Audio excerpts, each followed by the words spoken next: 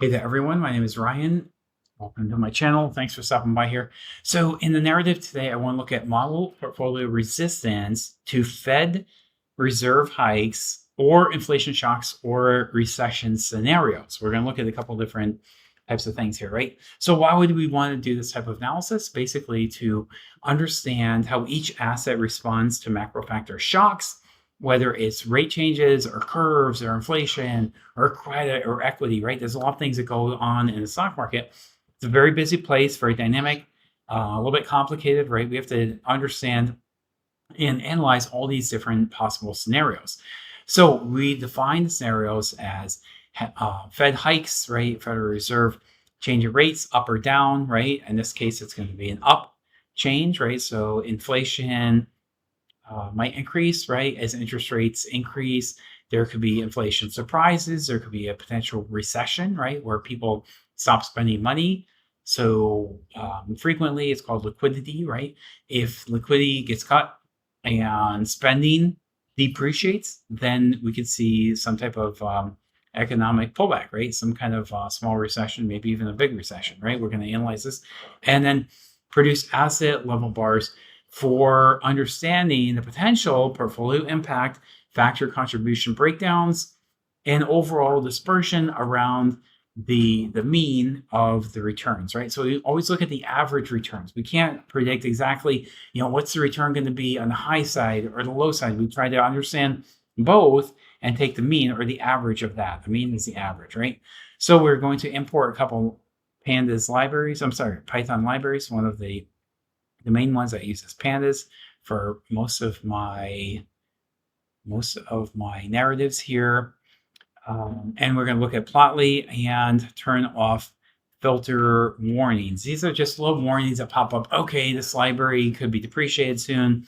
This control is changing, things like that. They give you warnings. It's not necessarily bad, but they're basically telling you, okay, maybe in 6 months to 1 year, something's going to change. We're giving you a heads up. That's all it is. I want to just depreciate that and turn that off.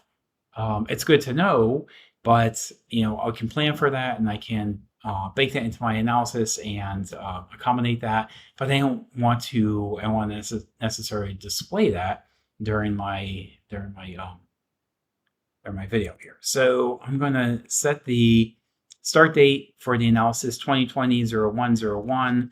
So this is really up to you, like where you want to start the analysis. You can go back further in time. You can go back just a few months in time. It's really up to you. I'm looking at monthly frequency, right? If you go back 2020, I think that's a good time frame. That covers like the pandemic. It covers a few events after the pandemic. So it's fairly comprehensive, I think. You can go back years and years. You can go back decades if you want. You can go back 20, 30 years. I don't think that's necessarily beneficial. I think about 5 or 6 years is good. For some of my analyses, I go back like 18 months, maybe even 12 months, maybe like a short-term look back period. So it's really up to you. This is a little bit arbitrary how far back you want to go. I think 2020 makes sense in this kind of scenario. It's really up to you, right? So you can change the start date. We are going to go up to present day, so 2020 up to current day, and we're going to look at monthly frequency. We're going to import all the data from Yahoo Finance.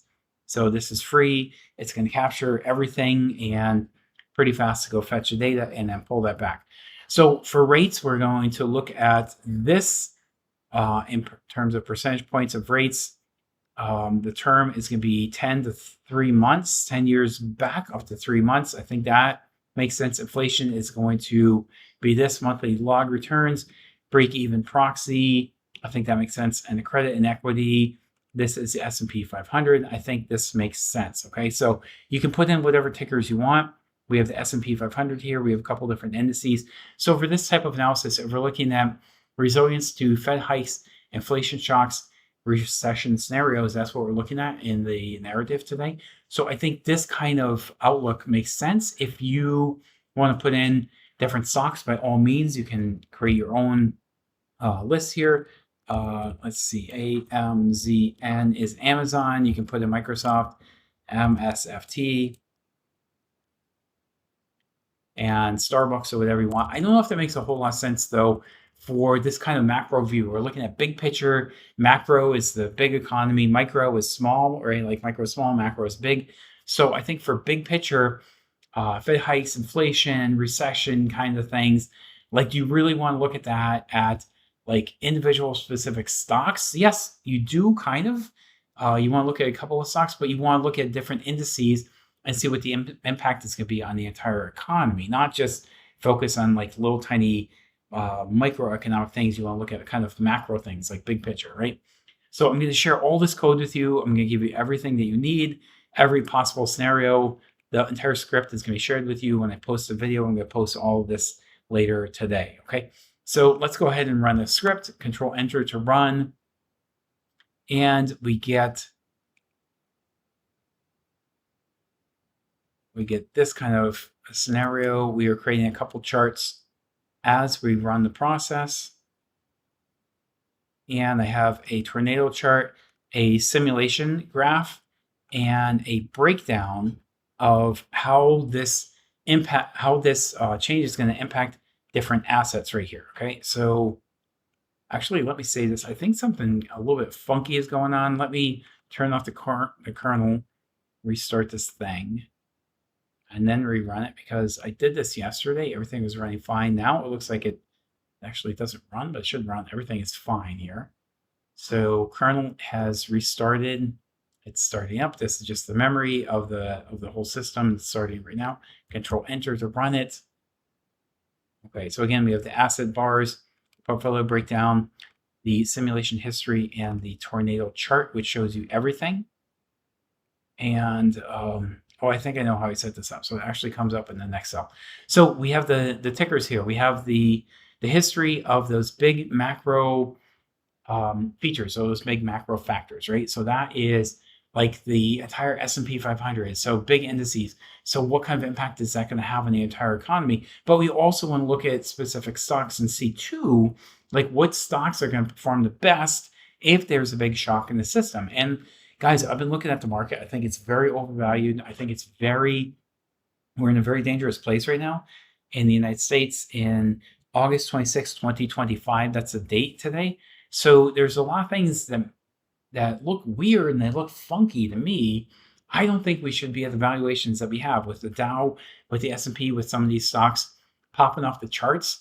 And you look at some of these stocks, it looks like, okay, every day is a new celebration. Every day is more fun, exciting things happening.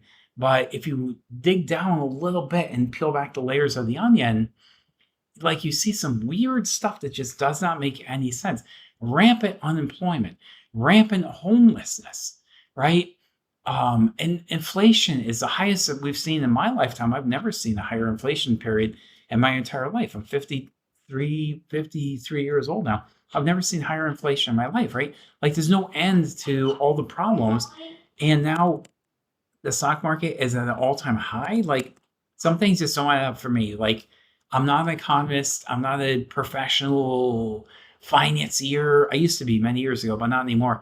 But I know how these things work fundamentally, and just doesn't make sense, guys. It doesn't make any sense. So I'm thinking there's going to be a big pullback. I'm thinking there's going to be a big market correction sometime soon. I've seen videos on YouTube that concur with my opinion.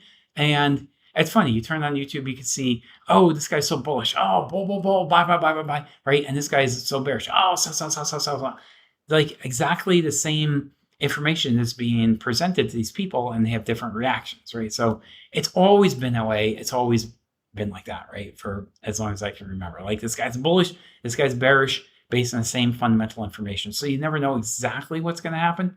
But from my perspective, it looks bad. It looks like there's going to be a tsunami of problems that we're going to have to deal with, right? So anyway, so let me run the cell here. Control Enter to run.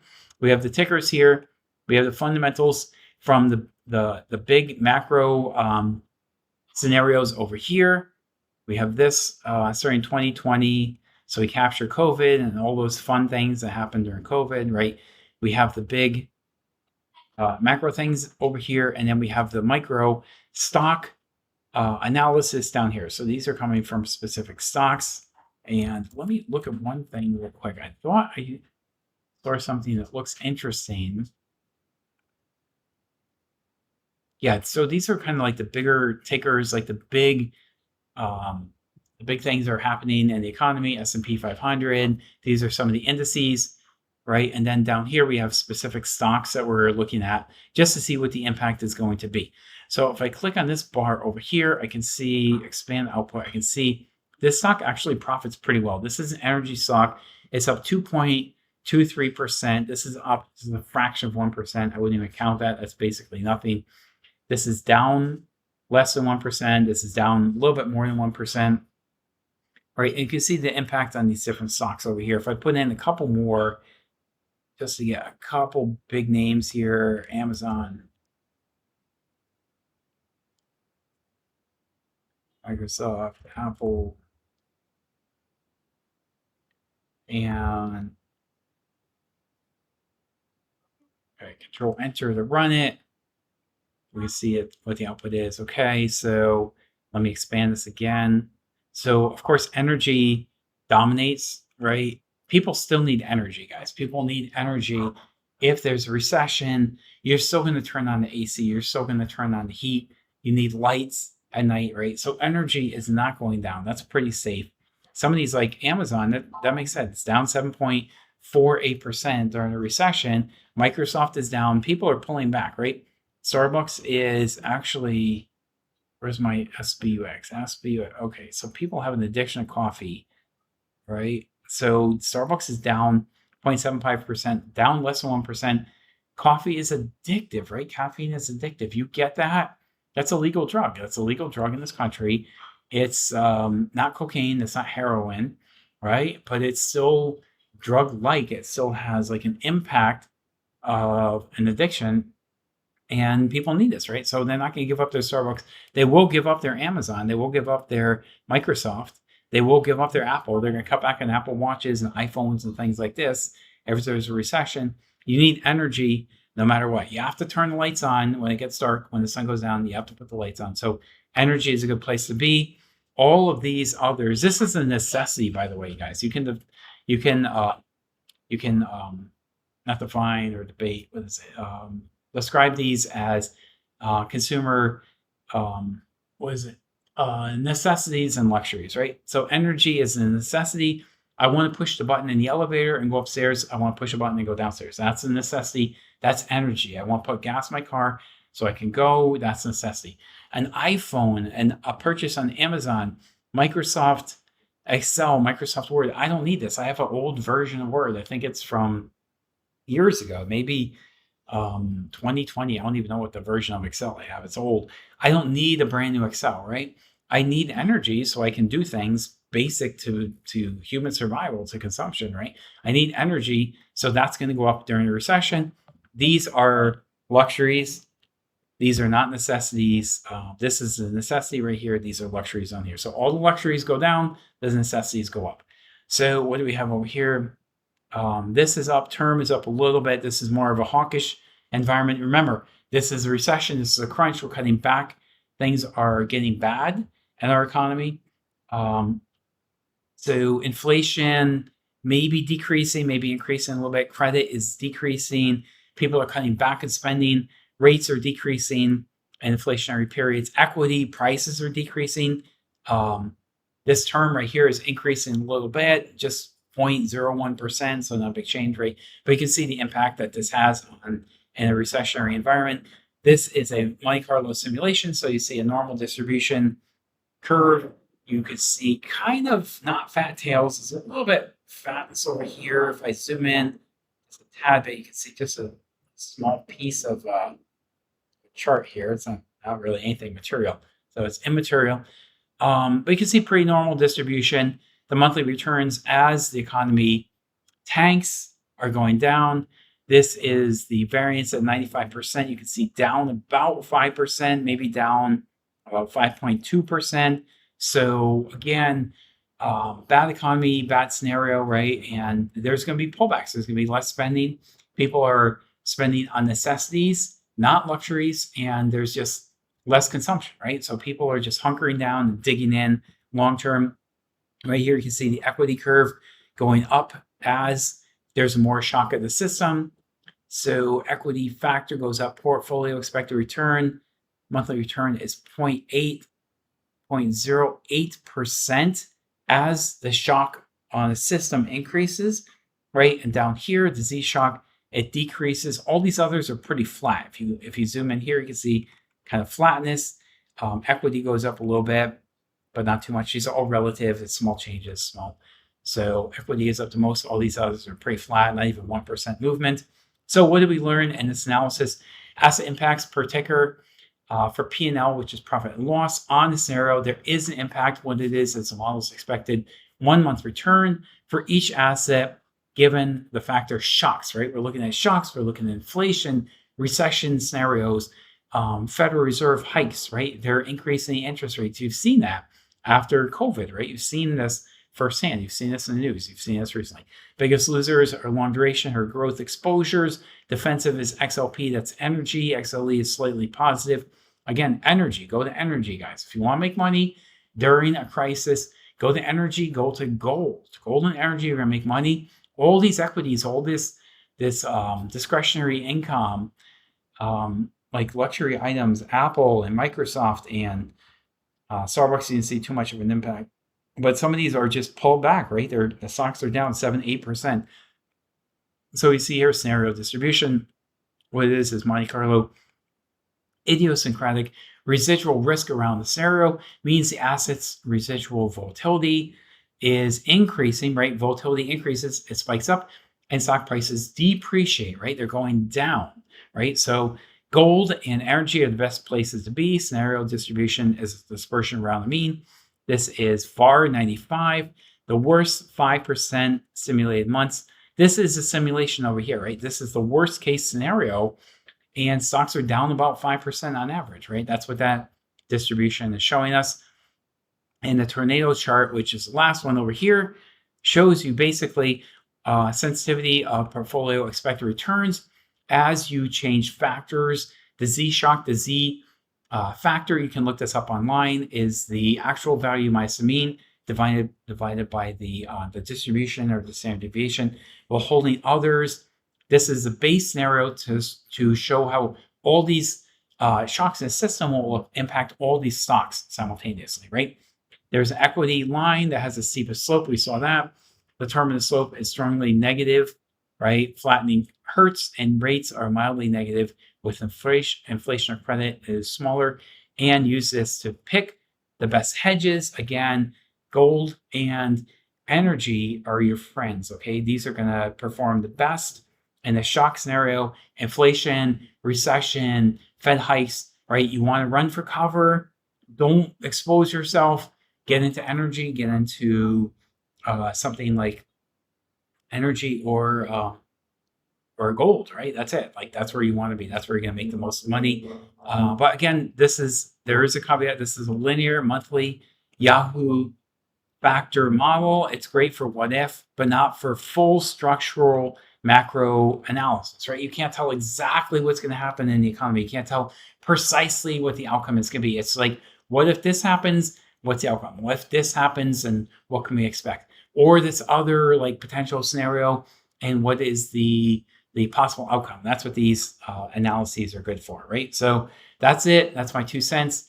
This is not investment advice. This is just mathematics, statistics, investment analysis. That's all it is. I'm not saying you have to go into energy. I'm not saying you have to go to gold, but based on historical like events, what happened in the past, we know basically what the outcome is going to be short term and midterm and long term. We know what this is going to be, right? So gold and oil